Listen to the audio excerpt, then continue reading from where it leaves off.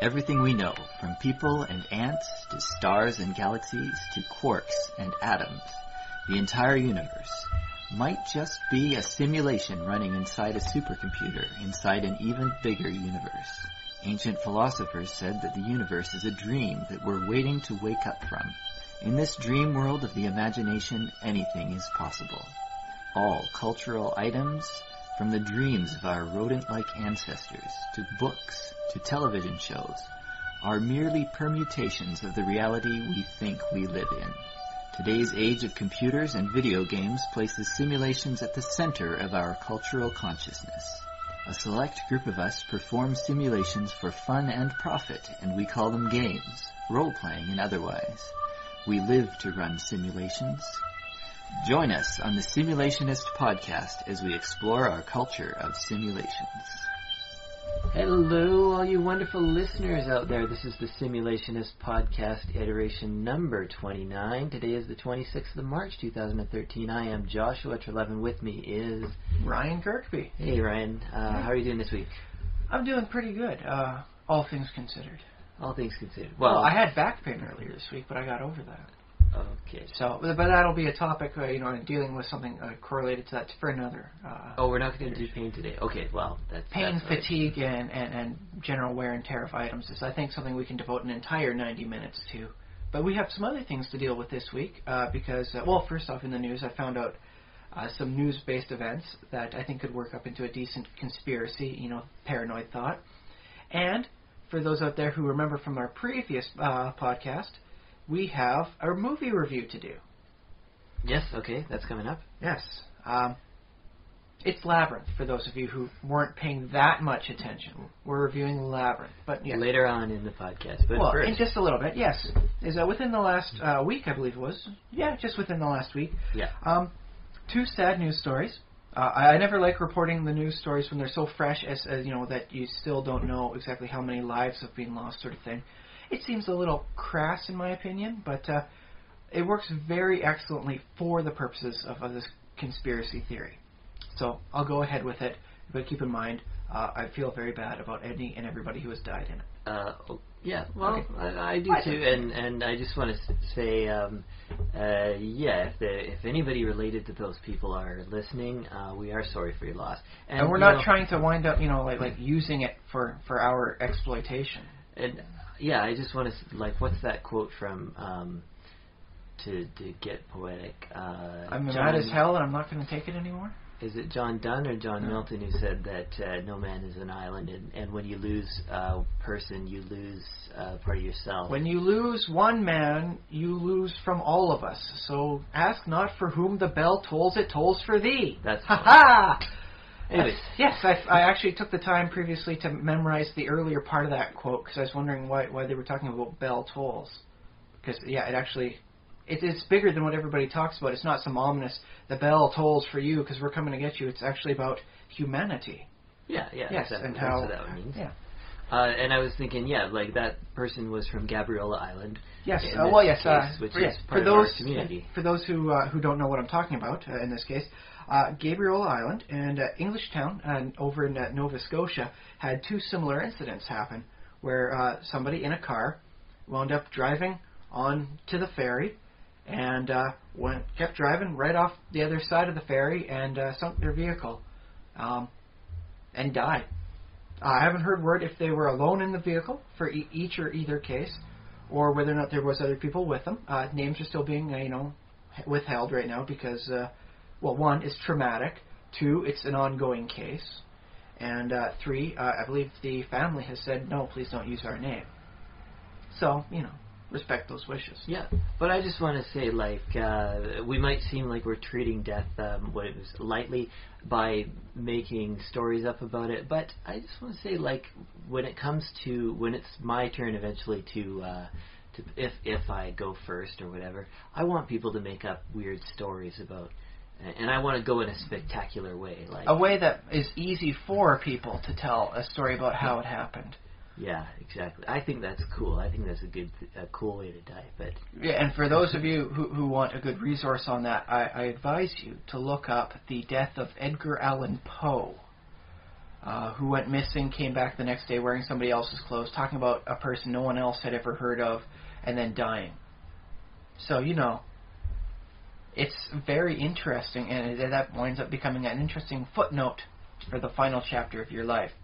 But in this case, I just would like to use this situation as a way to help explore a good paranoid theory. Alrighty.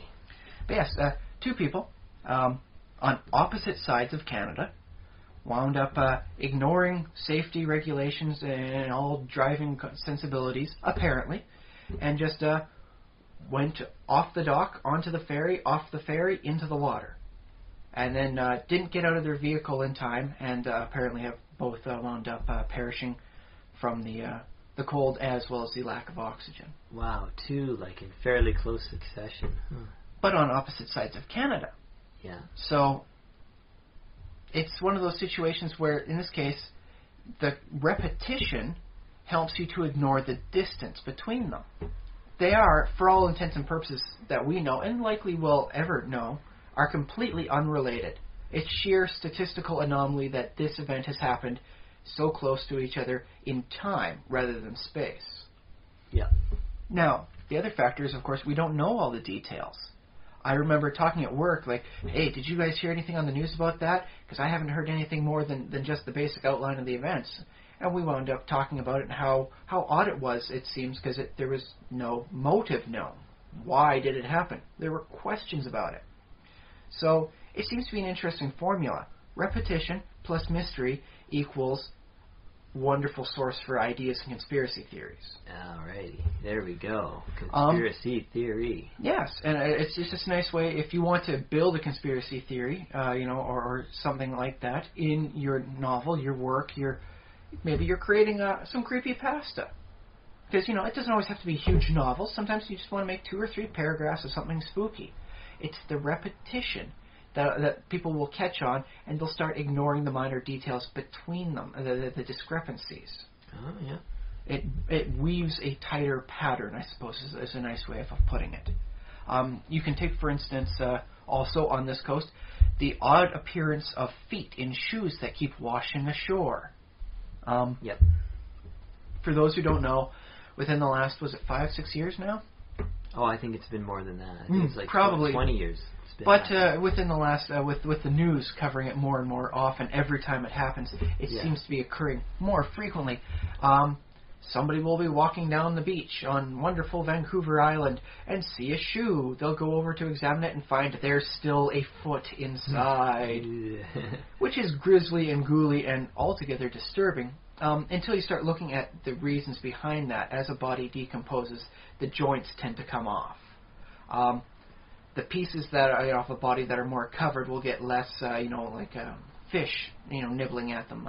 So they get less decomposition going on. Yeah, so the fact is that so many people, it's just a fact of life that people die in rivers and oceans around BC, and they do everywhere where there's rivers and oceans, because rivers and oceans are dangerous places. And even if you can minimize the amount of risk you take every time you go out into a boat, random chance and statistics still state it's going to happen eventually. Even if it's a 1 in 1,000 chance, you have 1,000 people doing it. Yeah, you're going to get somebody dying at sea and having their body just not maybe be able to be found in time, maybe not be able to be found at all.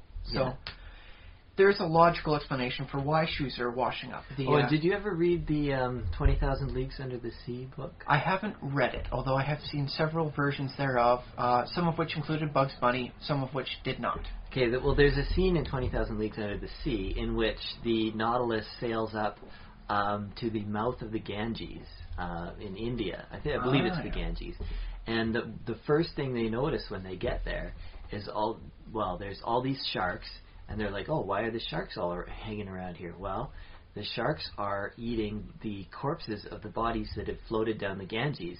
And, the dudes, some dudes are asking, oh, where are these bodies come from? It must be some disaster.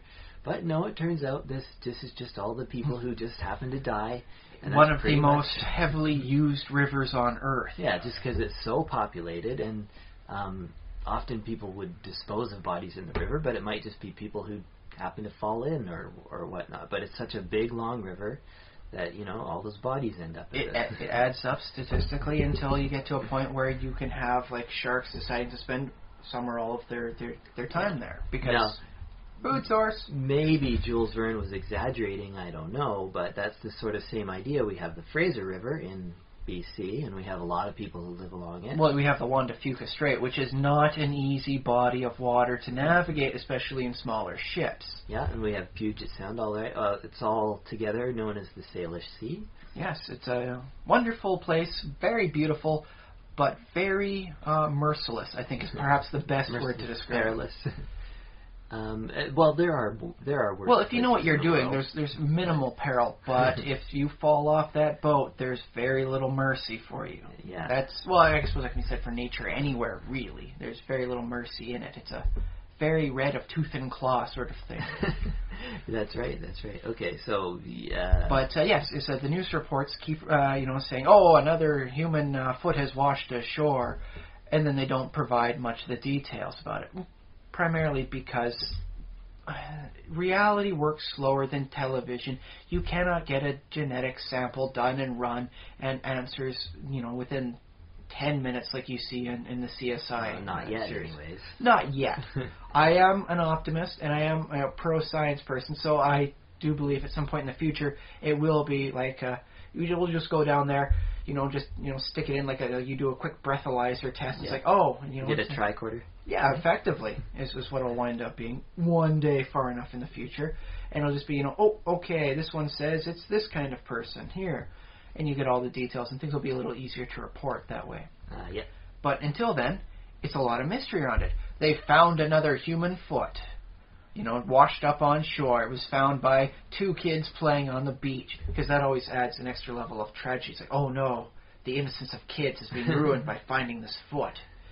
Yeah. So it honestly, if I was reporting the news and it was kids, I'd make darn certain to mention that, because... Would you put the kids' names in? Because you think they'd clip that article and keep it? I would ask their parents if they're okay with that sort of thing, because it seems like if I was a kid, I found it, that would be sort of something that everyone would go, oh yeah, I heard you found the foot, and it's like, oh yay, 15 minutes fame. And I can understand how kids are about that sort of thing, and why not? Let's go for it. Just make certain that they don't seem to be one of those kids who might decide to start, hacking up, body parts and then just stuffing them into a sock and say, oh yes, I found another one.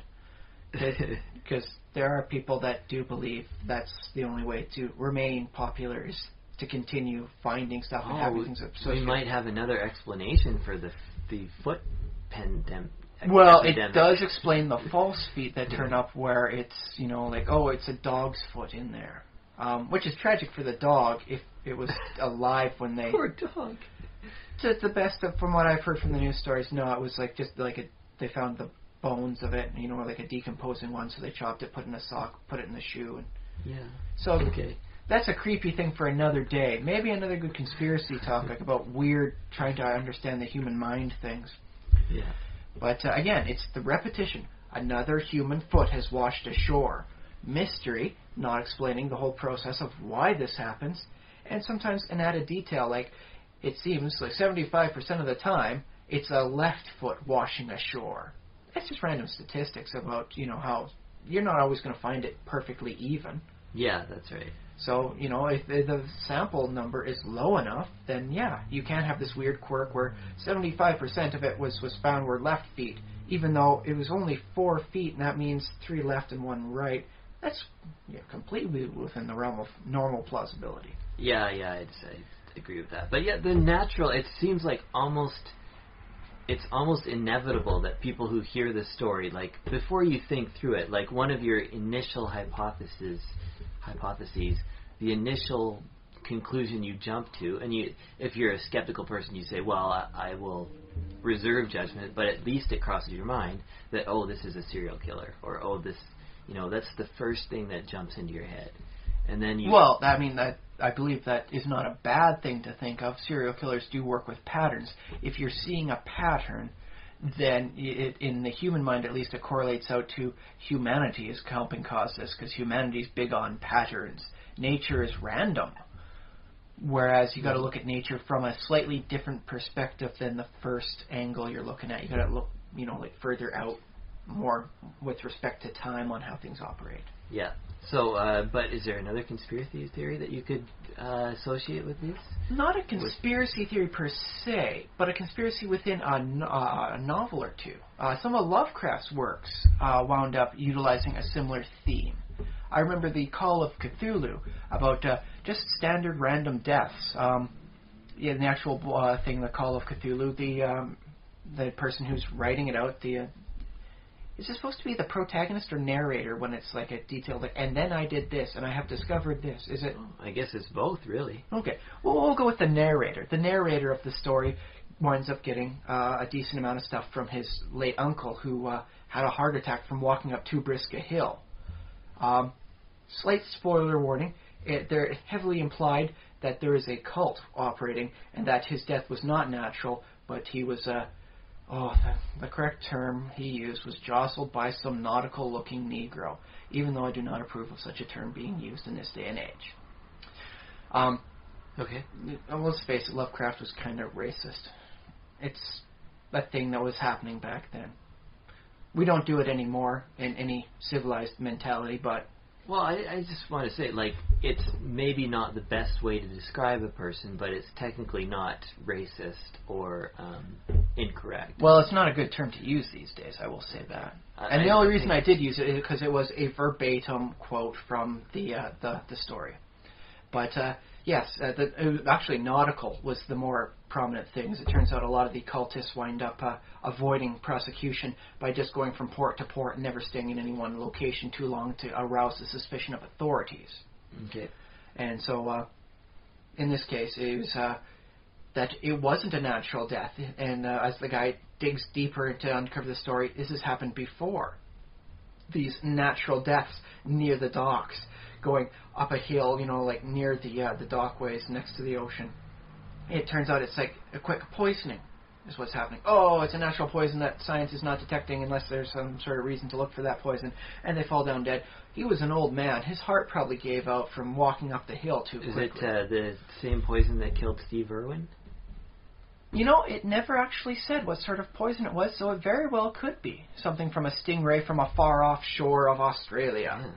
So yes, let's say it is in this case. I haven't been able to think of anything it could otherwise be. But yeah, it's a quick-acting toxin that winds up killing you. And so in that case, it was you as the reader wind up inferring it, because it's never obliquely stated. And then I realized that these deaths were not natural. They were in fact a series of poisonings by an obscure cult that is not acknowledged by any government in the civilized lands. Mm-hmm. And it's something that you infer from the reading. How did you infer it? Well, it's the mystery repeated with the circumstances the same. Okay, yeah. So, in that case, it's a wonderful example of how to illustrate this sort of conspiracy theory within a novel-type setting. I suppose, it's a short story type setting. You can read that in about an hour and a half, I suppose, if you're a good reader. Yeah, it's a medium story, I guess. It's pretty big as far as his works go, but it's no 400, 500-page novella. So, okay. We'll call it a long, short story. You can get through it in a decent afternoon. Okay. But yes, so there you go, and I think, for those out there who are listening, which, by the way, according to Facebook, now numbers over 100 likes, so maybe up to 100 viewers. So... And getting more all the time. Yeah. Yes, which is very heartening for me. But yes. I should mention, since we're talking about Facebook, we also have an email address. We have thesimulationist@gmail.com. Please direct all your questions, criticisms, angry emails over there. Odd news stories as well. And if you want to cover a particular conspiracy theory that I have not touched upon that you think that one has to be included if you're talking about conspiracies and weird ideas. And decent twists and turns of a plot. You got to start talking about this, Ryan. Yep. Send me a note. I will. I'll start thinking about it. I'll start trying to work up what I can. See if there's a nice, easy, formulaic pattern I can help show. Very good. That's thesimulationist@gmail.com. We're also on youtube.com/thesimulationist and facebook.com/thesimulationist and iTunes. I guess you have to punch us into the search bar in iTunes, but you'll find us there. So please look us up on your favorite. Stitcher. Stitcher's also a place where you can find us. And RPGpodcast.com is another place you can find us. And all of these places also will have like little links that you can click around. You can find other podcasts and other people who are doing similar things to us. So do that and enjoy life and enjoy podcasts, because we're doing it because we love it, and we're back to your regular scheduled podcast. There you go. And, we also do better when we get input back, of course. Yes, we're absolutely looking for your feedback. Yes, listeners, we love hearing from you. Yeah, but that marks the end of the intro area of this iteration. So I suppose let's start talking about Labyrinth. Okay, so yeah, we watched Labyrinth yesterday. Yeah. It was for us, and I enjoyed it very much. Yes, this was your first viewing ever of it. Yeah, I haven't seen Labyrinth before. It was very cool. It was definitely a kids' movie. Despite David Bowie's tights showing off some prominence. With some elements that are like a little bit scary, I guess, but nothing like, adult. So it's definitely a kids' movie. Well, keep in mind, the female lead was only about 14, 15 when they were filming it, so there better not be that much adult going on in there. They had elves like dressed in like, they had that ballroom scene.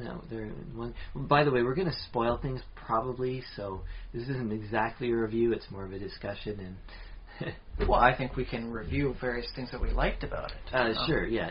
But now, I will state that, despite the fact, yes, it was primarily aimed at kids. Oh, and full disclosure, I did see it when it was out in the theater, so I have a much different perspective than Josh, I believe, on some of the bits about it.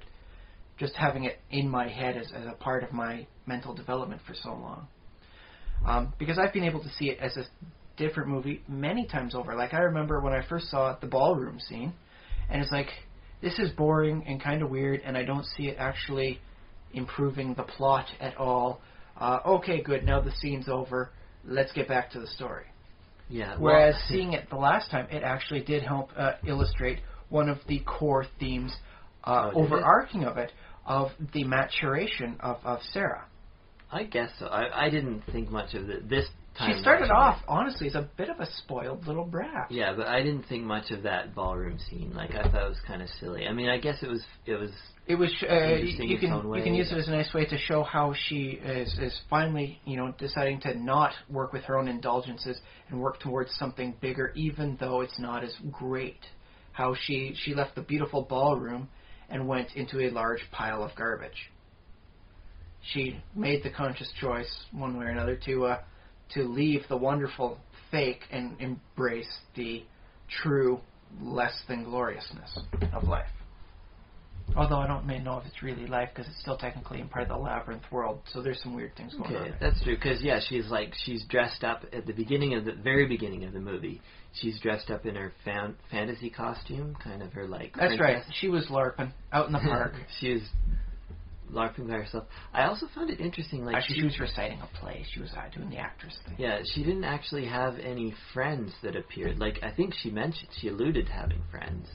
Well, she clearly didn't have a history of like going out and doing social things. The stepmom stated, "I'd like it if you had something to do and go out." So she seems to have been one of the kids that just doesn't do the same sort of like, I always hang out with friends sort of thing that some people do have. Yeah, and then she makes friends, but what I find, like, I thought about this a little bit, and I was like, I don't know if this is the right message to send, because the friends that she makes are basically her imaginary friends. And it's like, oh yeah, you can always call on us, like we can visit any time because we're imaginary, we're in your head. So well, which is not to say that you can't, help yourself out that way to some degree. Sure, yeah. Well, that is a good it's one aspect of being human, which I think we have to learn, is to be able to cope with being alone and create our own friends, like out of books or out of just our imagination. But also, it's kind of missing out on another aspect of human development, which is human, like real friends and human friends. Well, maybe if they had worked up into a sequel, they could have had someone else, going into the Labyrinth sort of thing, and she could have made like a real world friend. But yeah, I think they told a pretty decent, tight story with the time that they had. Oh, well, the story was definitely enjoyable, yeah. And for what it was a wonderful movie. Like, I mean, obviously the creatures are super cool. Well, it's Jim Henson stuff, so they're clearly at the top of what the industry can deliver, especially at that point in time. Yeah, I mean, they're not realistic. They're like cartoons come to life, kind of like that. That's and not in the weird way it sometimes happens with, like the Rocky and Bullwinkle movie, where they're in the real world but they're still animated. Yeah. On the other hand, would you really want to have seen a Bullwinkle the Moose as made by the Jim Henson Creature Workshop? Yeah. Okay, but for an entire hour and a half for the movie? Well, as long as it's interacting with other characters, yeah. Okay, so maybe that's a bad example on my part. No. My answer is anything created by the Creature Workshop, like those type of people, I will watch. They do very good work. I will say that. Okay, but I liked it because it had layers, like ogres and onions. It had layers. Yeah.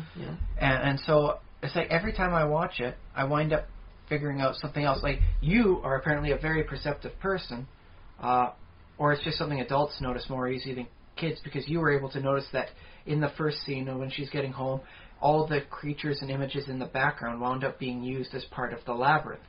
Yeah, exactly.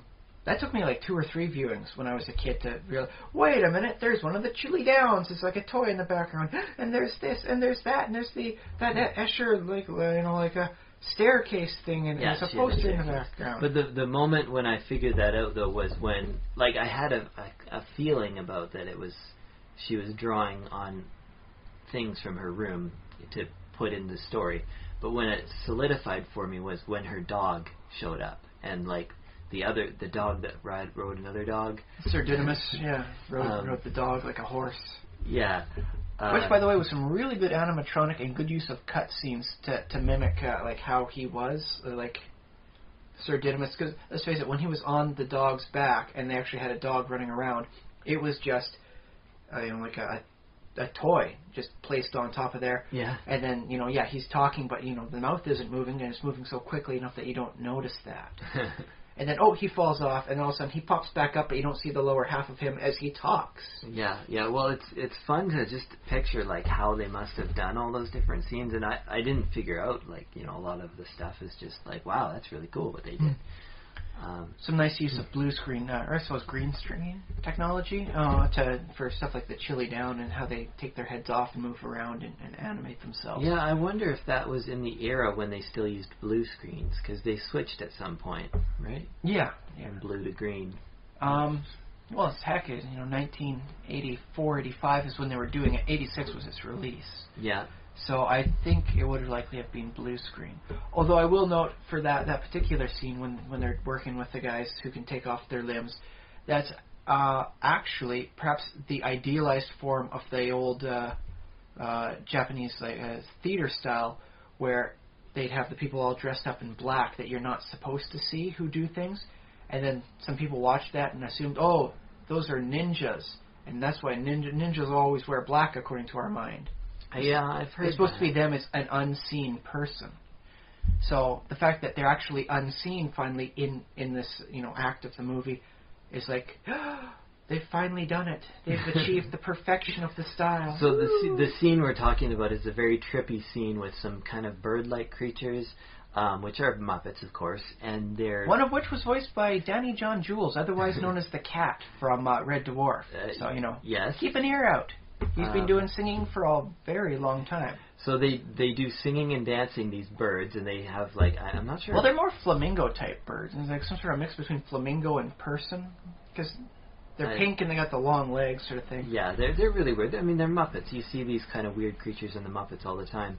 But they do a little dance, and they dance around the girl, the main character. They dance around her, and I'm not even sure why they are. Like, this movie doesn't make a lot of sense in a lot of ways. But although, if it is like a weird dream sort of thing, maybe not always making sense helps work it as that sort of trick through the mind. I think that's the point, and that's why I forgive the movie for not making sense, because it's not supposed to. Also, there's something to be said about there's a lot of music being done within this. It was as much a musical as, say, what was that?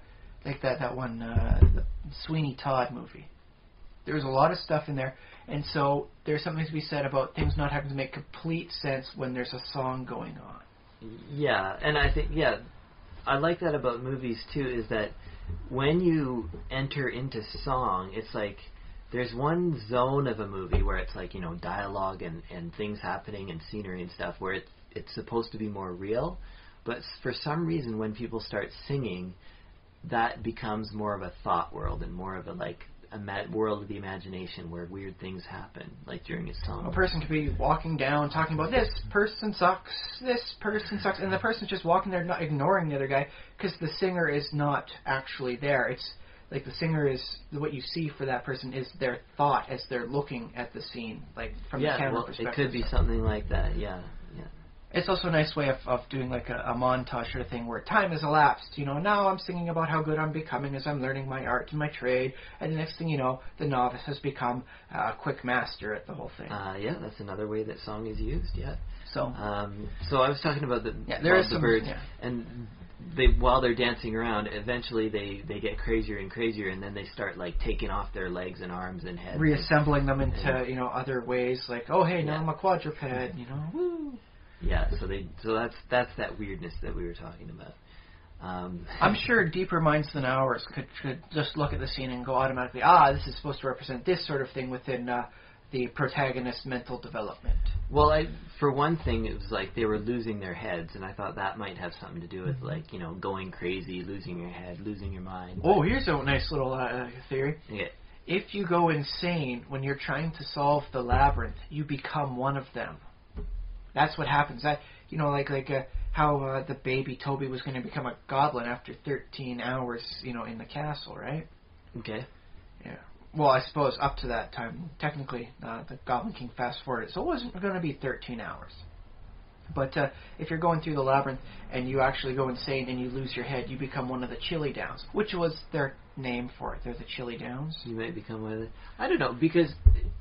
That's never alluded to, but it would make for an interesting, thing like this is the perils of losing your head. Well, you wonder where the dwarf came from. Hoggle. Like, the dwarf that she meets kind of near the beginning when she just enters the labyrinth. She meets a dwarf named Hoggle, and he's a little bit like he's not a very nice person, but he's nice enough. I think his character development is enough to warrant him at least as a protagonist as well, and not just like a secondary character. He's the alternative protagonist, because he does grow a lot as a character within that movie. Well, he's definitely important. Like, he's a supporting character. Well, Ludo and Sir Didymus, the other people that join her on her magical journey, really don't grow that much as characters. They are to help.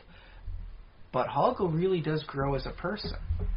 Well, I don't know if he does, because he seems to just, in a lot of cases, just react to what's going on around him. Like, he doesn't want to hurt anybody ever, but then... but remember, at the very first scene that you saw him, he was spraying for fairies.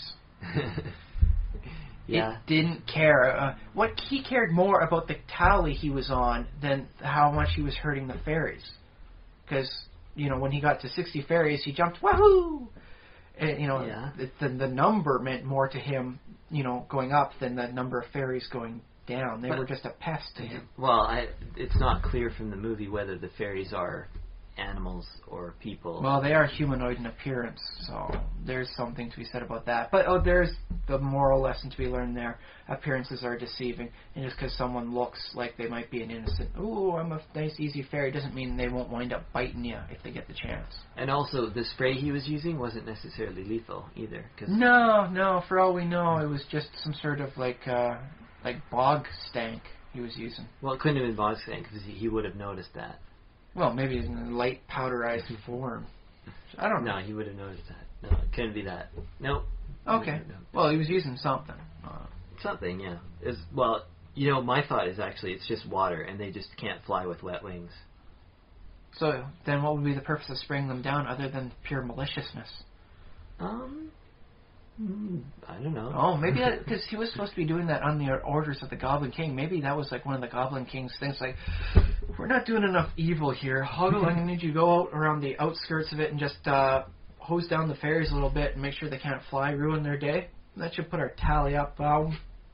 if you get 60, that means we should be able to make quota for evil for this week. And that's why he cheers when he hits 60. Woohoo! Quota!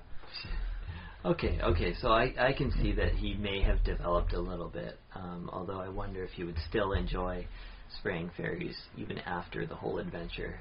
He'd probably definitely think twice about the whole thing and have qualms about it. Okay. The other thing about whether they're animals or people is that pretty much every creature in the labyrinth is some sort of sentient.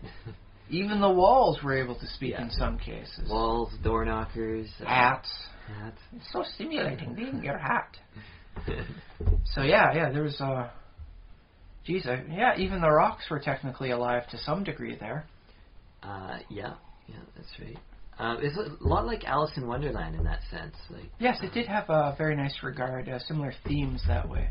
Yeah, and I noticed towards the beginning of the movie too, they pan over her bookshelf, and they pan Snow White and the Seven Dwarfs, Grimm's fairy tales. She's definitely a lady who's been living in fantasy for a lot of her life.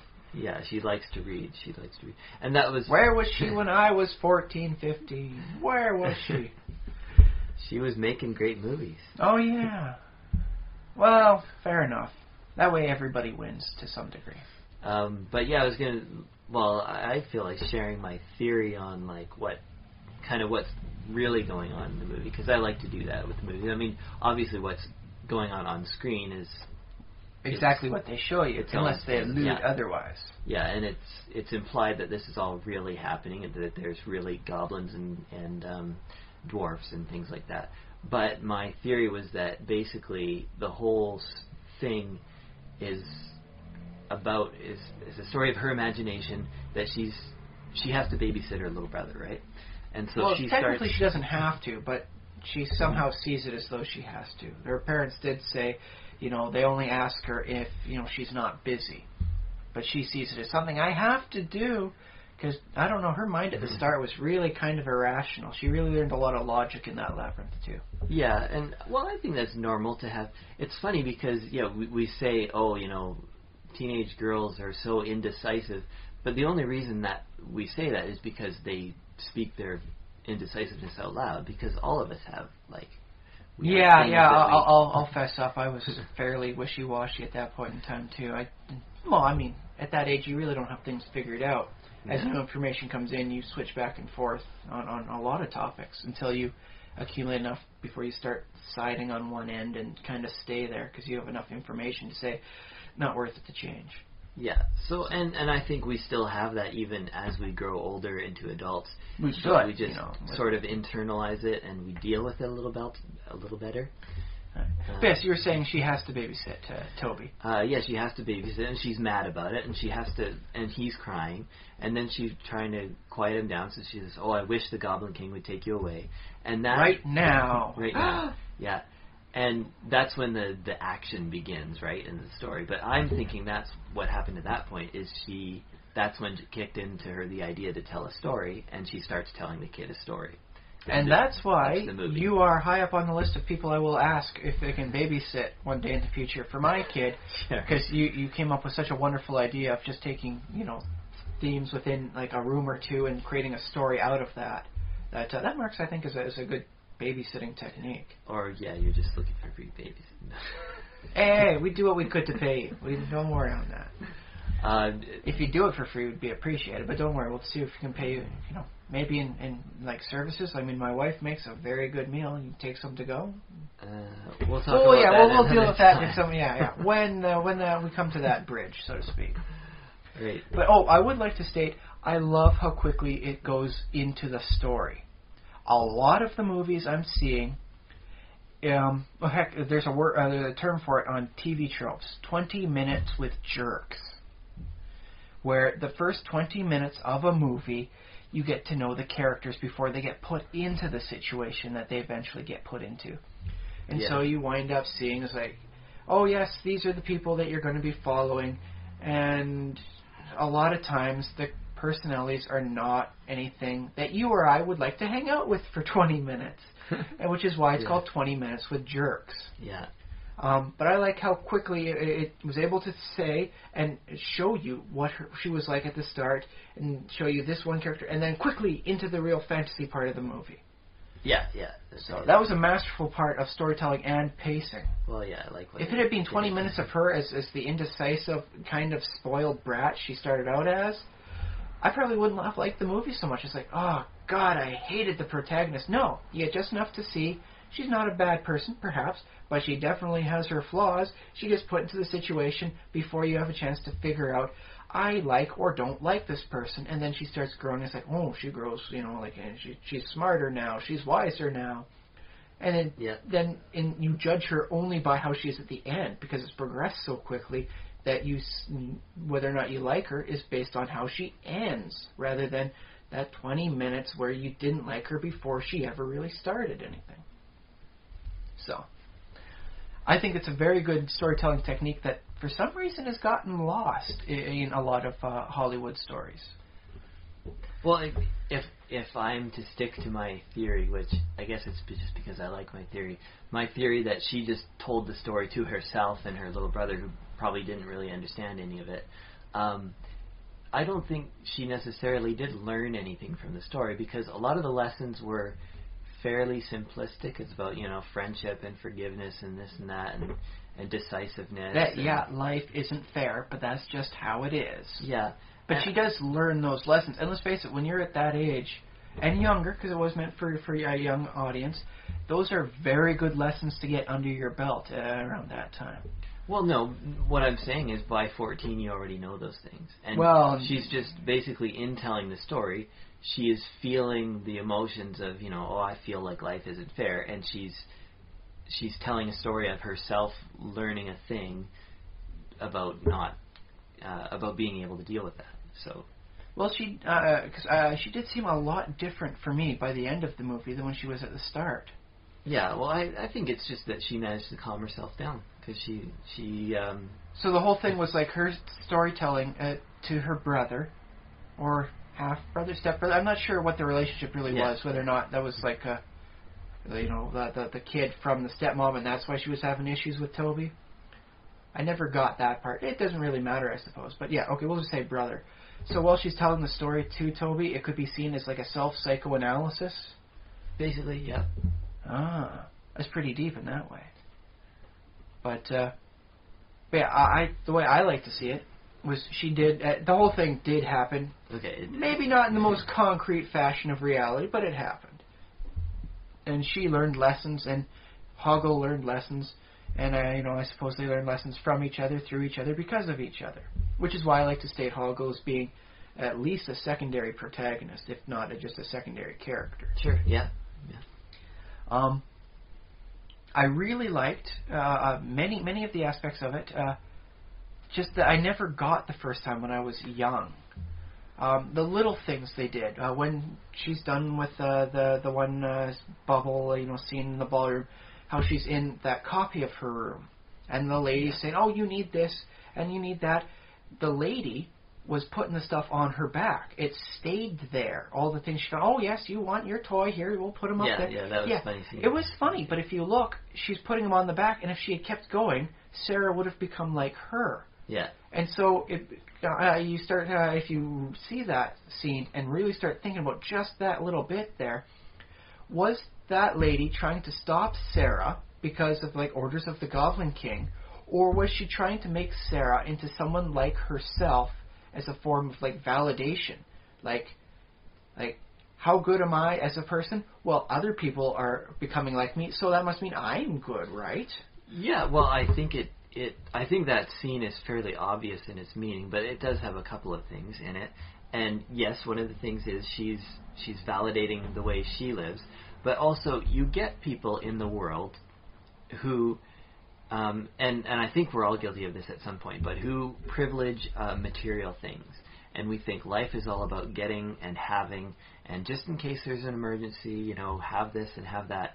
And my D&D collection alone attests to that on some degree, personally. Yeah, we're all there to an extent, and that's why we all need this lesson about rejecting material things and being like more about family and friends and your little brother that you're supposed to take care of, and so on. Well, I will say that scene did help me, because there's one point in time I had the complete collection of Dragonlance novels, which for those of you who follow up on how much novels they put out for each campaign setting, that's a lot of freaking novels. It's enough that it would take a team of 4 young men to help move a box of it down the hallway, and I should know it did take 3 friends to help me move all of them down a hallway once. Yeah.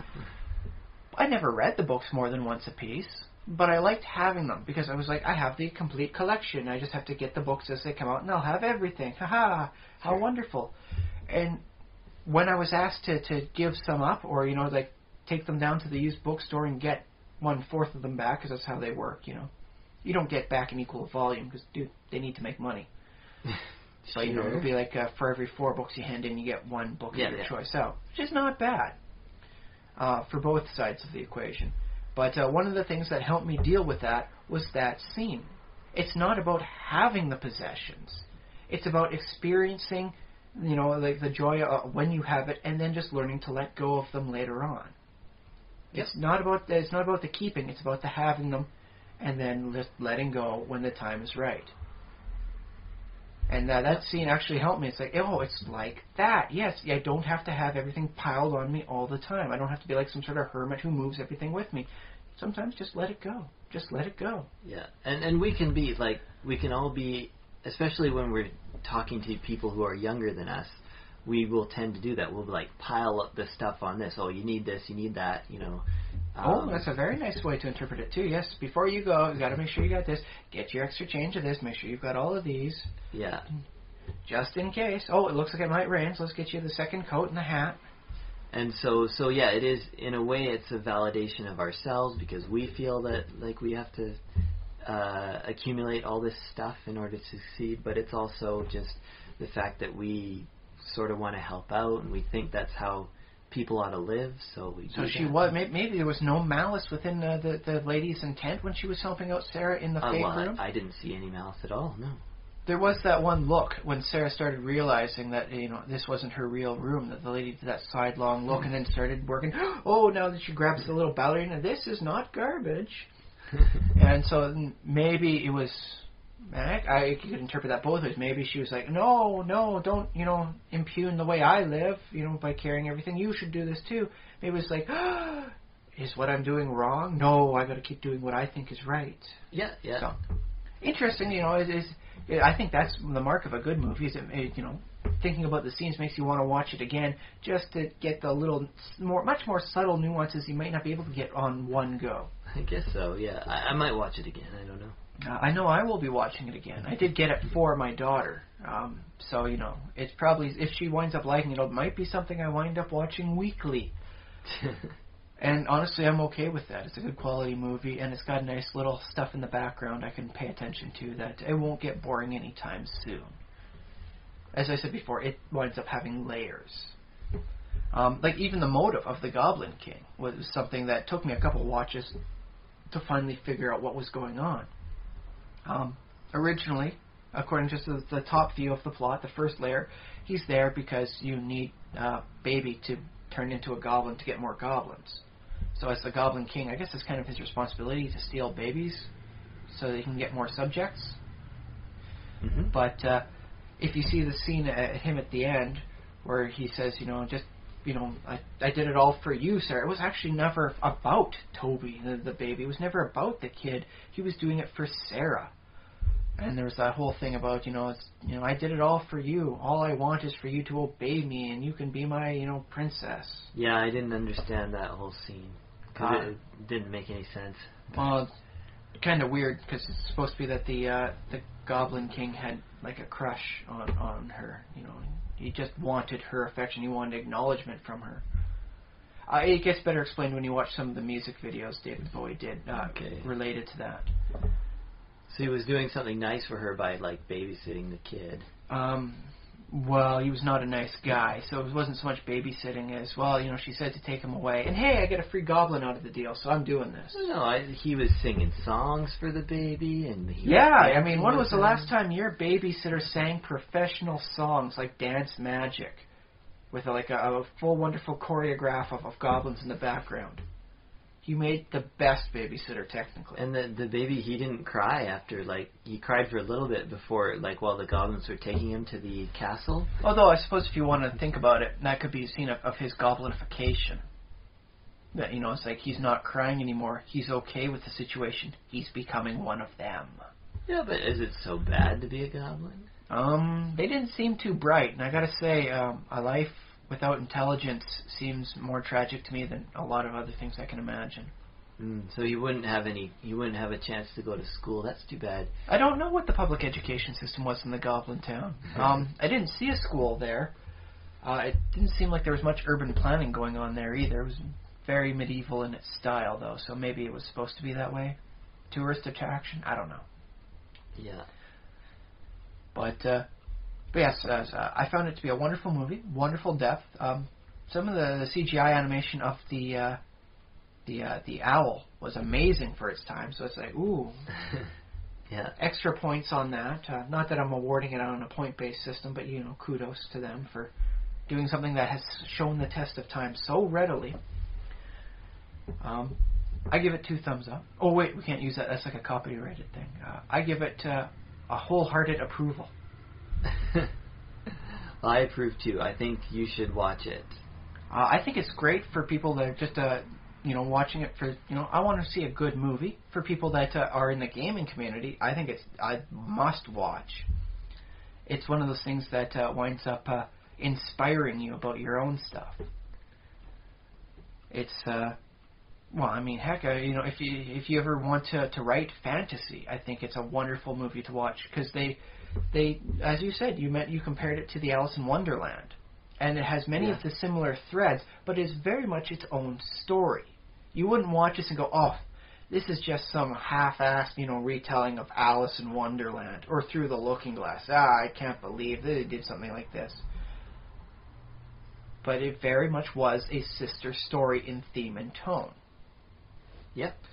So I think it behooves anybody who wants to wind up writing fantasy or saying, I liked this story, I would like to write something like that, to watch the movie and pay attention to how it is like and yet dissimilar to others of its kind as a source of inspiration for what the aspiring author might want to try doing. Well, my favorite part about the movie was the fact that the girl, the main character, had read so much, and she was into books and reading and stuff, like all the books on her shelf. Like, she was definitely a good female protagonist for any given story. It's nice to see that.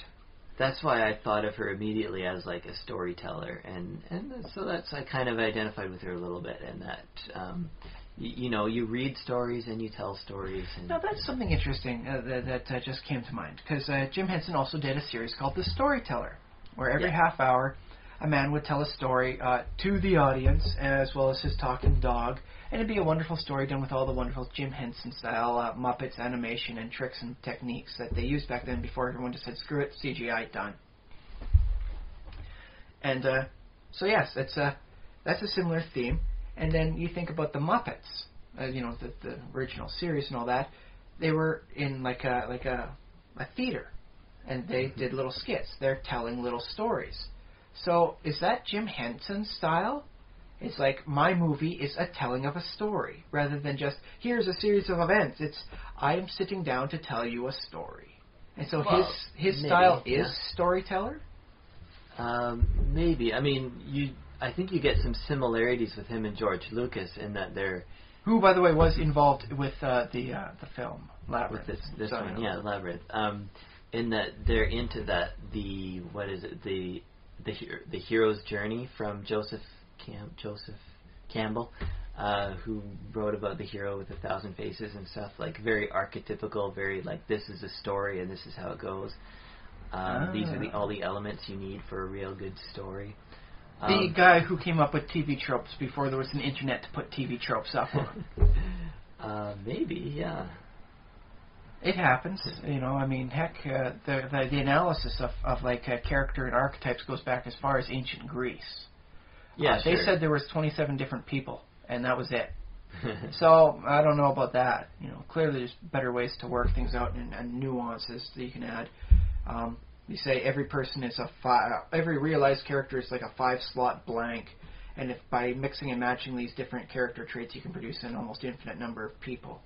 Yeah, and you just got to figure out what these traits are. That's a useful tool for storytelling, because you can come up with interesting combinations that you hadn't thought of before, or you might realize that something fits where you didn't. You thought there was nothing belonged there, but apparently you should have put a character there. It's a nice way to help realize weakness in stories, too. Once you've written it out and you're looking it over, it's like, okay, how many character traits does this character have? Are they fully rounded? Can I make them better? Do they need to be added, more things to make them a better character? It's like, no, I count 5 different character traits. They've got 1 plugged into every slot. They're a full character ready to go. This guy's only really got 2. I can bulk him up and see how that changes things and makes it a little better. Yeah, and of course, so these are a useful tool, and they're handy to look at your story through this light.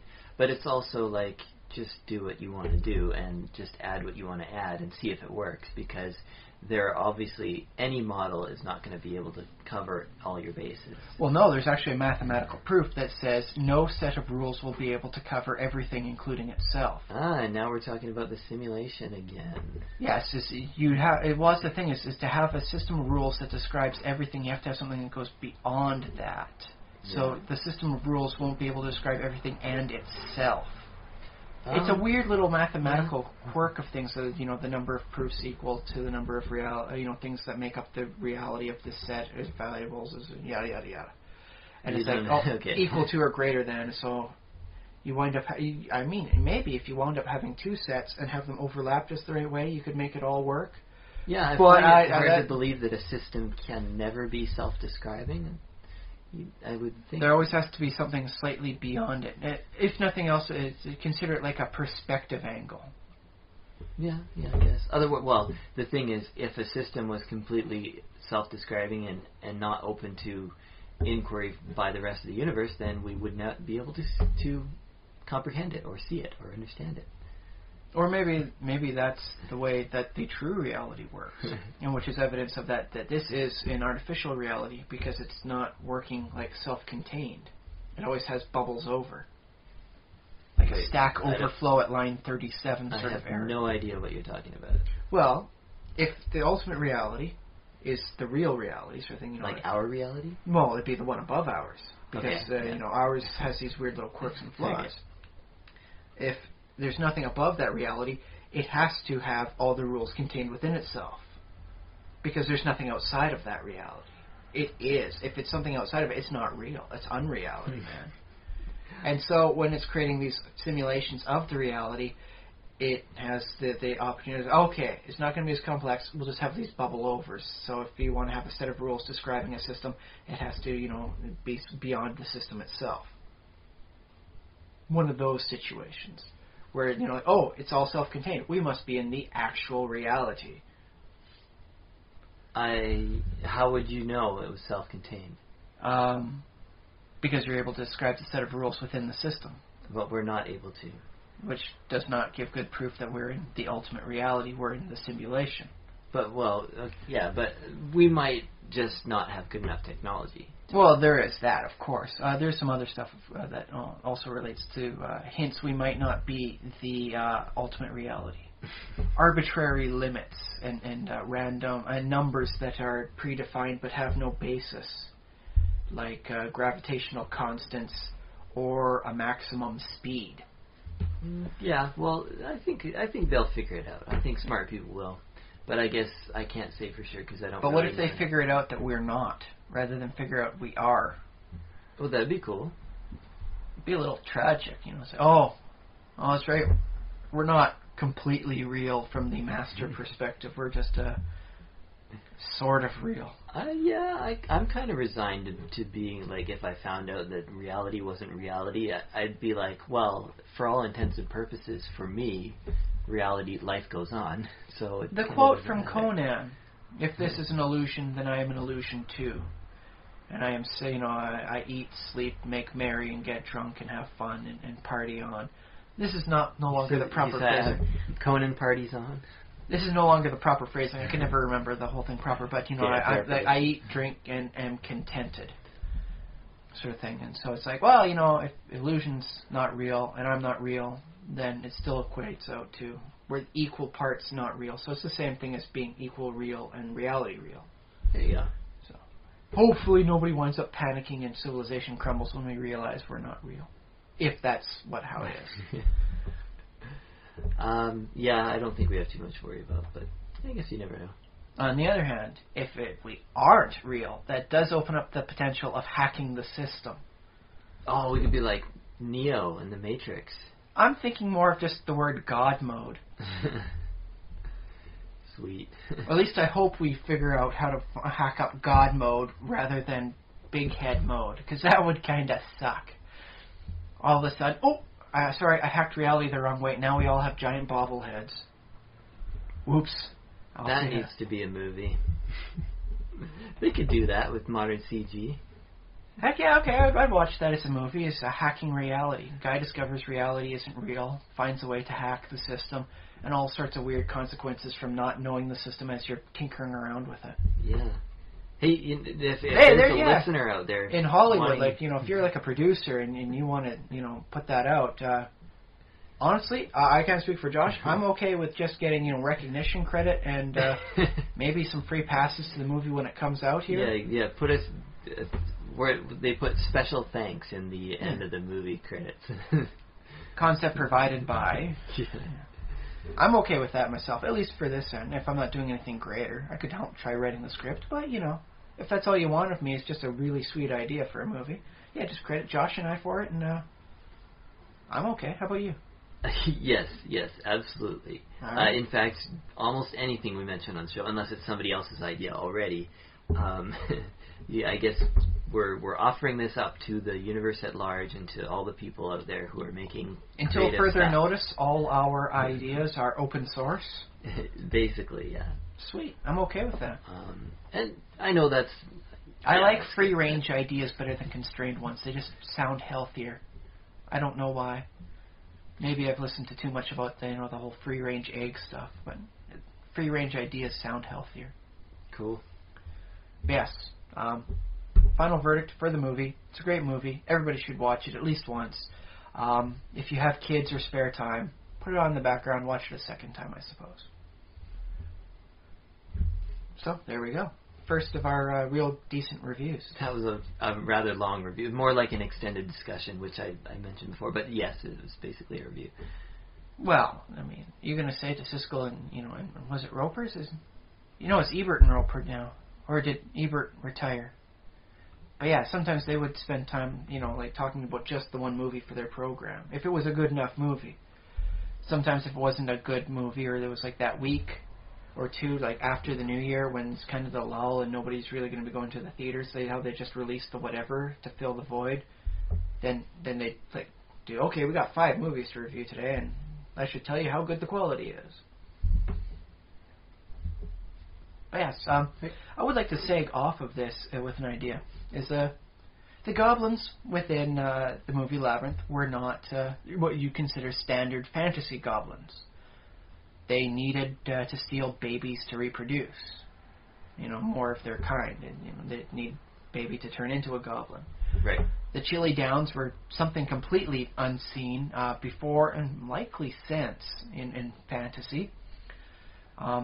I still have no full clue what Ludo was, although I have some suspicions. You can find close homologues to him, her, it in the Star Wars series. Hoggle was definitely not your standard dwarf. And so this all comes back to my my concept that it all brings me back to the core idea that if you're going to take and make your own fiction, master it. Take what you're doing and make it your own. Which is why, even though I've said before, and I'll say it again, I don't like the whole Twilight series of novels and movies, at least Stephenie Meyer decided, I'm going to make the vampires work for me with the story I want to tell. And that's why we came up with these sparkling fairy vampires. Yep. She decided to buck the trend of, okay, vampires have to be predatory, vampires have to do this and do that and be like the other. They can't go out in sunlight. They have to do this, that. All the rules. She took the rules and said, you know what? I'm just going to take the theme of the vampire and I'm going to make it what I want for the story. For the purposes of Labyrinth, the goblins were not, they are just a small little race. They have 4 hit points. No, none of that happened in there. They went to the old European style. They have various different style faces. Some are animalistic, some just have really big noses, and they look kind of funny and a little weird. Sometimes big eyes, sometimes old eyes, sometimes they look like tiny old crones, sometimes they look like wicked little babies. They're very different. And then they took that and they ran with that. And that's how the goblins come looking out in the movie. Yeah, well, that's a problem for us, and you and me in particular, because we're kind of steeped in D&D, and we experience goblins as a certain type so very often and commonly. And although when you start looking at them across the editions, they're almost a completely different thing every time round. And when you fork off to Pathfinder, they gain those weird big balloon heads. Yeah, and everybody tries to do their own version, like when they create either a new edition or a new version of the game or a new game itself. Yeah, and all the power to you for that. When you should be doing that, especially for every campaign setting. They did it for WoW with the goblins. They could have just said goblins are vicious little whatever creatures, but no, they said no, they're good at this and they can do that, and then they make zeppelins and they fly around, and they're actually just short, wicked kind of people. They took it, they ran with it, and honestly, I really liked their goblins. Once they finally came out as a playable race and I was able to see them and experience the fun of goblinism, I dug it. I was able to love it. Because they made it their own. They didn't just say, okay, they got to be like the Trogs, and then they got to be like horrible little people that nobody would like. No, they made them something you could enjoy. Well, I enjoyed the goblins. I enjoyed them more than the Worgen, I'll say that. I enjoyed the goblins before they changed. I did enjoy the new goblins as of what World of Warcraft Cataclysm changed, added goblins as a playable race, and they added a whole bunch of stuff and accents to them and different mythology. But I did enjoy goblins before that. I enjoyed the goblins went I laugh in the face of danger. That was a goblin. Or was that a gnome? May have been both of them, actually. It's kind of a theme about them, is this laughing in the face of danger. It's kind of a Blizzard type thing. Yeah, I think it was from Warcraft 2 or 3. I'm not sure. I think it might have been 2. I think goblins disappeared in the third one for some other stuff going on. Well, I'm not certain on that. No, there was a Goblin Zeppelin in 3. But didn't they have more of them back in the second, with the sappers, miners, in 2 they had self-exploders? sappers. Yeah. I don't know what else they had, if anything. But yes, there's I think there was more of them in second, so there's more to be said about them in second than in third or 3. WoW. And then WoW, WoW didn't have, they had them in as the NPC things. And then Cataclysm brought them into playable. But they decided, and said, you know what, we're going to make them our own kind of goblins. We're not going to say they're the same as everything else.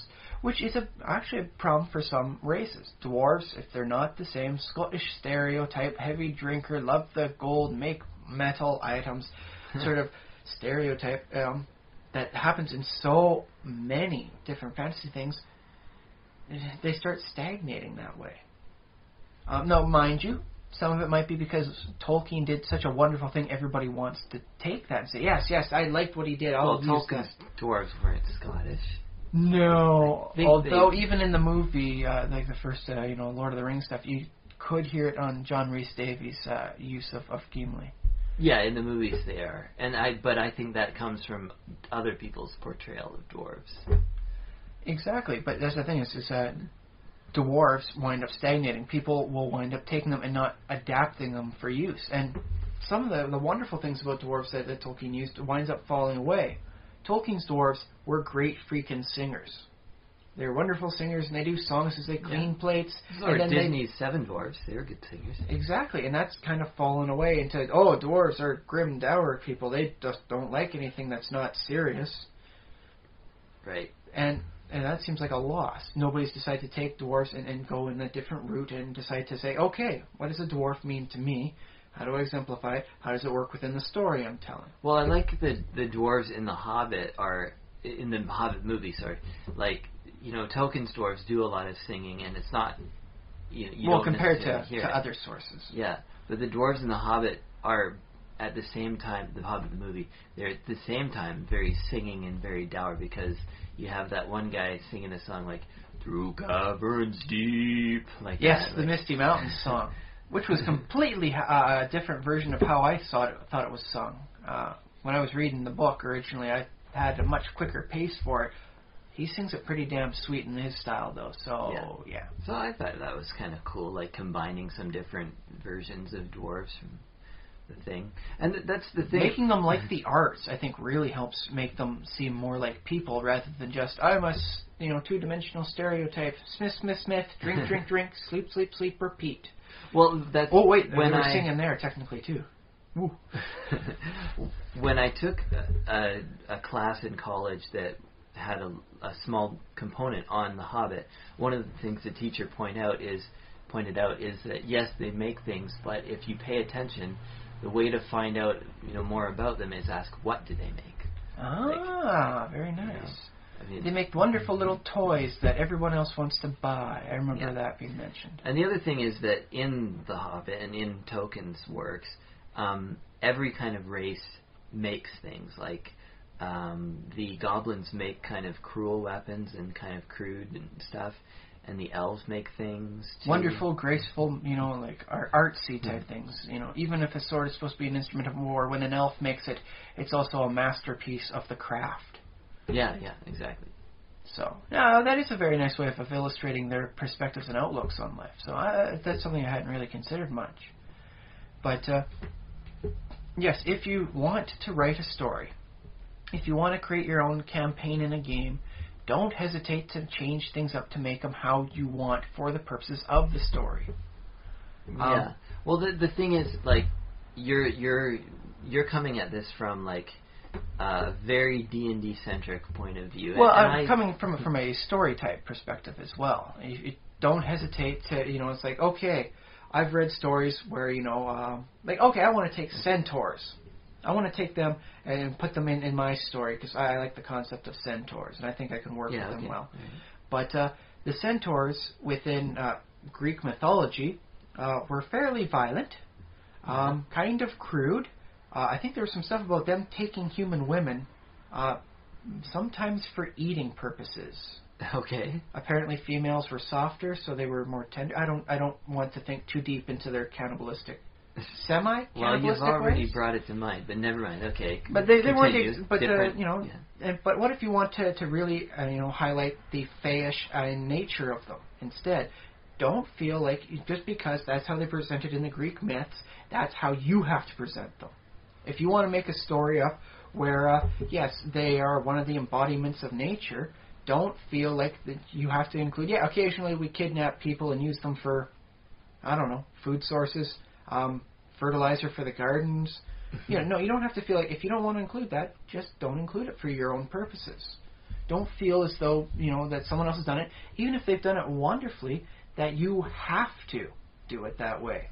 Because you will be seen as being a lesser work because you didn't do it the same sort of style. Okay, but it's good to also acknowledge your sources. At least that's what people seem to do when they write stories, because when a reader will pick up a book and say, like, it's got a centaur in the cover, and he's like, oh, I like centaurs. For some reason, the reader is into centaurs. Hey, they're kind of cool, man. I mean, they got the speed and stamina of a horse, and yet, they still have hands and a face, and they can talk and stuff. But if your centaurs are like star pilots and whatnot, then the person who picked up the book is like, well, that's not really what I expected. But that doesn't mean they can't wind up loving it all the same. I mean, hopefully, yeah. If you're a good writer, it shouldn't matter. Yeah. I recall one series of books I had heard about. Haven't read them yet. I will get around to it, but I've got a lot of reading on my plate, so please bear with me. But it had intelligent dolphins. Do you like dolphins? Do I like dolphins? I think they're kind of rude sometimes. Okay, they're a little rude. But by and large, there are a number of people that like dolphins because they're considered wonderful, playful things. They're like kittens of the sea or something like that. In their minds, at least. But in the series of books, they wind up becoming amazing starship pilots. Yeah. Because as an aquatic creature, they're used to thinking in 3 dimensions, which beats the crap out of our 2-dimensional we walk on land thought. Mm-hmm. So Despite the fact there are alien races that are so much more advanced than us, they can't pilot their ships better than we can pilot our ships because we got dolphins who think three-dimensionally. And so that winds up becoming a very interesting way of thinking about dolphins in a general perspective. It's like, wow, they really do think so much more different than us because they do have to think about moving in all three dimensions as they're moving about. Whereas you and I, let's face it, we're basically, two-dimensional creatures for the most intents and purposes. It's only when you get lost in like a large university that you have to start thinking, I'm on the 3rd floor, I have to go down one flight of stairs, down the corridor, and then across to get to the next building before I can go up another flight and find out the professor I need to find. That has happened to me a time before, and that wasn't even a big university. And it was hard to think that way. How do I get from here to there and around? But you seem to have accomplished it. With a decent amount of thought and a lot of practice. I did get lost in even my small university. Dolphins would have very little problem about that. As I imagine, so would most birds. And because I just even reading the concept of the story about how this guy decided to take dolphins and play with them and change them to his own setting for the purposes of what story he was trying to tell, or she, I don't know the gender of the author, it made me see dolphins differently. All dolphins differently. And so that's a wonderful thing. I think that's just the mark of at least a good, concept. Yeah.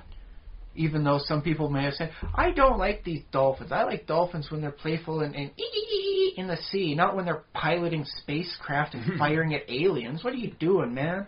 Yeah.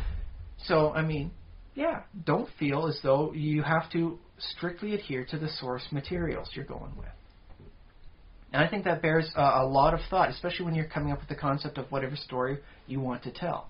Be it in a D&D campaign, be it within, a short story, be it within a fan fiction. Hell, the people in fan fiction very frequently disregard a lot of the personality types of the characters they're taking and using for their own, sometimes creepy purposes. I want to point out, too, that like in a universe that's only developed as far as one film, like Labyrinths, as compared to something like Star Wars. There's some book stuff behind that, too. Okay, well... Not actual, novels, but, while we were coming up with the whole thing, we came up with some backstory for these. You can see that in the Dark Crystal. They have a wonderful book that describes the background of the races that just isn't seen in there. It's just something Jim Henson apparently did to help make his setting seem richer. Okay, because my impression of the Labyrinth movie and like all the different creatures in it was that they're very random. They're very just like, oh, this would be cool to do, so let's do it. Moss with eyes on it that follows you when you move. Yeah. So in some ways it's just random, and then after you've added that element because it was cool, then you tell a story about it. It's like, so you just, and the goblins, it's like they didn't necessarily start out with a unified, like, this is what a goblin's like, and it's this tall to this tall, and it's because all the goblins looked a little bit different, and they didn't necessarily look like they're the same race, you know what I mean?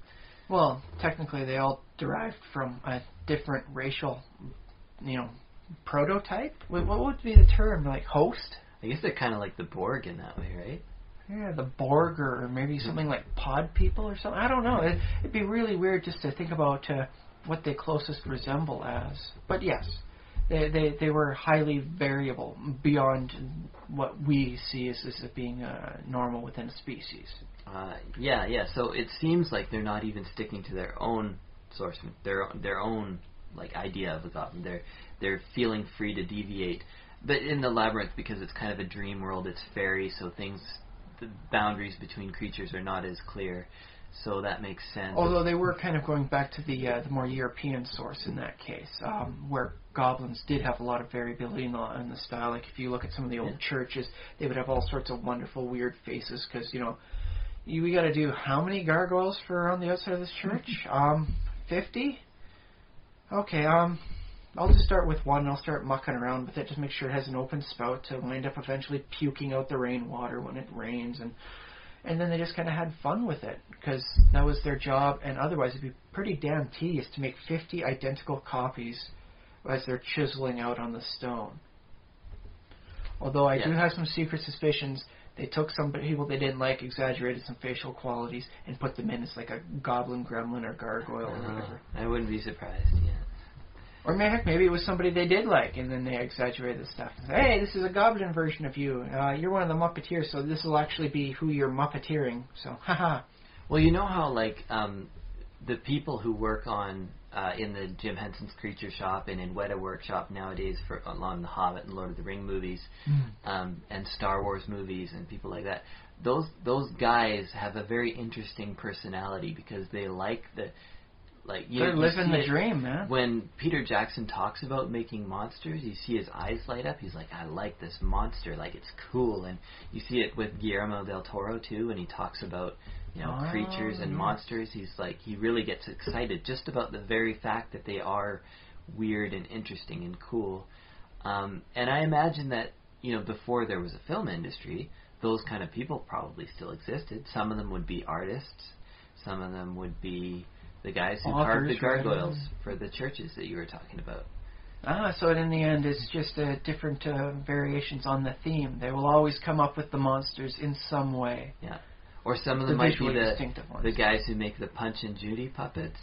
You know, the Punch and Judy I suddenly just imagined, like, Jim Henson's life, like a few centuries before, where all he would wind up doing is Punch and Judy all day, every day, for a bunch of uproarious kids, and that's just depressing. Just the concept of what would be like his one. Let's say, dude was amazing, and the fact that we lost him when we did, when he could have had such a longer life and contributed so much more to society and the arts, is a huge loss. A massively huge loss that was never, the void is never fully being taken up by others.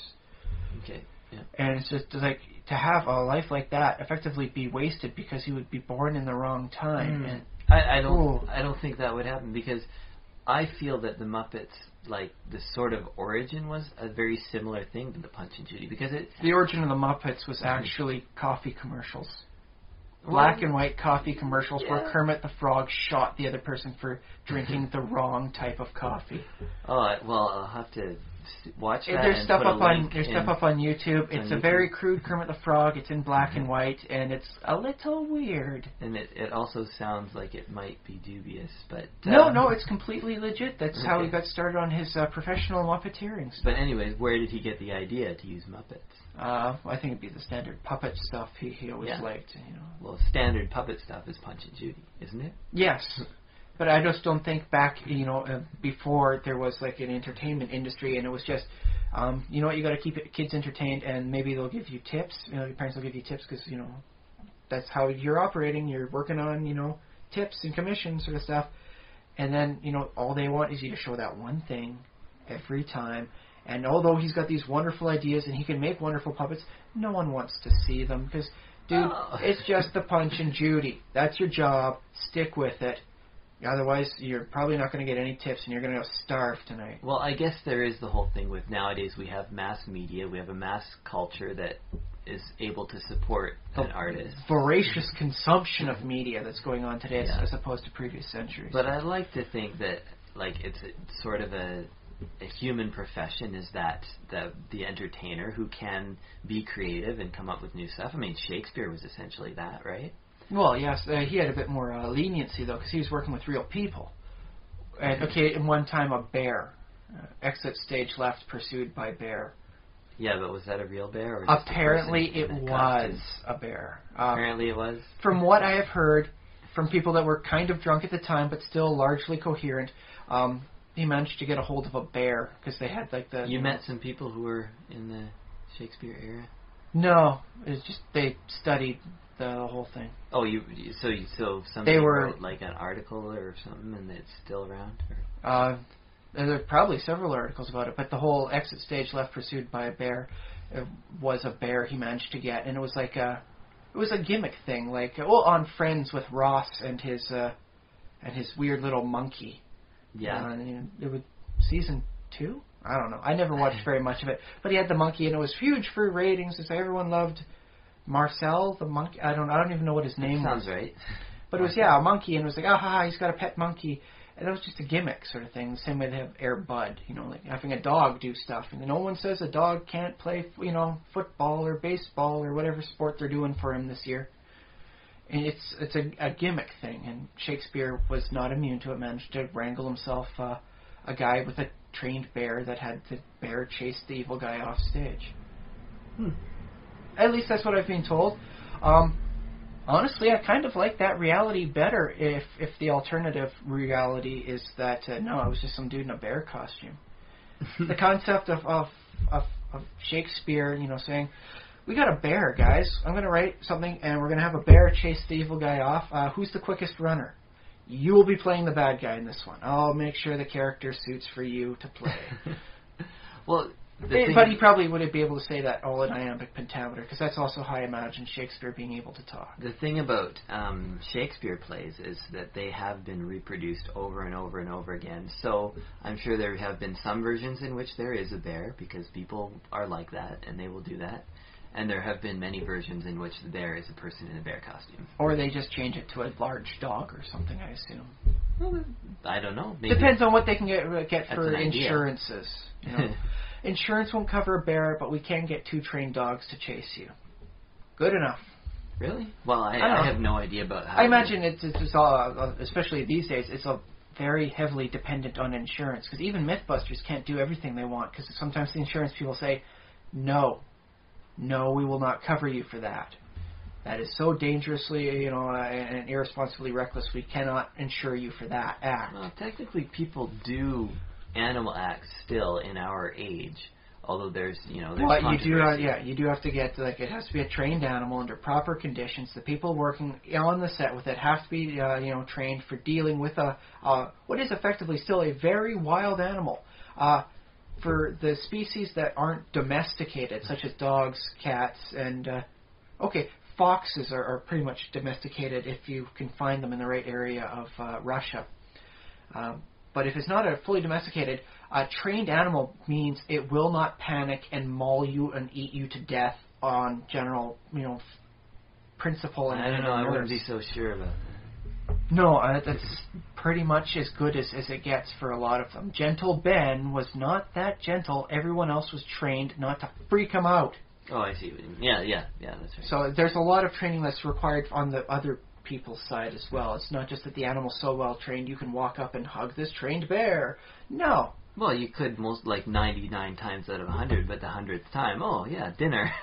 Well, that's the thing is you got to present the right way. Make sure you don't come in too fast. No sudden movements. No direct eye contact. No showing of teeth. And make sure that the animal has time to acclimate to you at each stage as you get closer. And then once they're okay with you being so close, touch, then closer touch, and then eventually hug. Otherwise, you do run the risk of the animal panicking. It's kind of how it goes for a lot. Even the urbanized animals will happen something similar. It's not wise to pet an urbanized deer. And if you want to find out why, there's a whole lot of photos on the internet that will show a person getting their ass handed to them by a deer. Just hoofing, kicking them right in the head. Probably some stuff up on YouTube too, because I do recall seeing some stuff on America's Funniest Home Videos with that happening. So if they're going to put that up on the Funniest Home Videos in the 90s, they'll definitely put that up on YouTube now. So, yeah. Domesticated animals are one thing. Tamed animals are another. Well, it's not again, since we're talking about bringing a bear out onto stage in a Shakespeare play, it's not like the bear has to ride a unicycle across the stage and juggle. The bear basically just has to be in this position, acting kind of like a bear, and then everybody else, for some reason, has something to do on the other side of the stage. If they're doing it right. Yeah, the bear crosses the stage following a guy, maybe chasing him, but maybe just, actually, walking. Even in that case, it's probably unwise to get the bear to move too fast. It's like playing with a dog. How sometimes if you get the dog, okay, dog, come from A to B, the dog will trot over, and that'll be good enough for most people. You get the dog to run, dog starts getting hyper, starts getting active, and then you do that with a bear. Nobody wants a heavily active bear full of energy all of a sudden. So I assume just bear trotting over to the other side of the stage is good enough a trick for most people, especially in Shakespeare-era London. Well, one day we'll have a bear on the podcast, and we'll get a chance to really test out, the dangers of bears in show business. Yeah, okay. I'm okay with that. Although I will state, if we are doing that, I would like it to be a bear at the zoo, and we can just be on the other side of the cage. Well, details, we'll work it out. So we've been going for just about 90 minutes now, so we should probably wrap it up. Long story short, don't feel as though you're obligated to do the same thing everyone else is. Make sure you're telling your story in your way. If nothing else, it provides a much more unique story. Less chance of it just getting hidden into the masses, because let's face it, these days, there's a lot of stuff out there. Your work can get lost in and amongst it. Okay. Making sure it's yours, doing it your own way, it makes it that much easier to stand out. People remember, oh yeah, you're the guy with the 7-foot goblins. What's up with that? It's like, well, you remembered the 7-foot goblins. Enough said. Also, I do believe anybody paying attention got an interesting little biology lesson today about trained animals and be careful around them. Hopefully you already knew to be careful around trained animals. There are enough people every year that get attacked by deer and geese and other, wild and otherwise urbanized animals that this cannot be spoken of with enough repetition. Okay, so let this be a reminder then, the people already know, but just to remind you, be careful around animals even if you think that they're tame. Don't pet animals you don't know. Yeah, don't pet the geese, and for goodness sakes, guys, just be careful. I mean, even a goose can wind up breaking your arm. It's not that hard. These things are tough creatures. Even a goose can break your arm. Well, that's all the time we have. That's been The Simulationist. I've been Josh Trelevin. I've still been Ryan Kirkby. And send us money.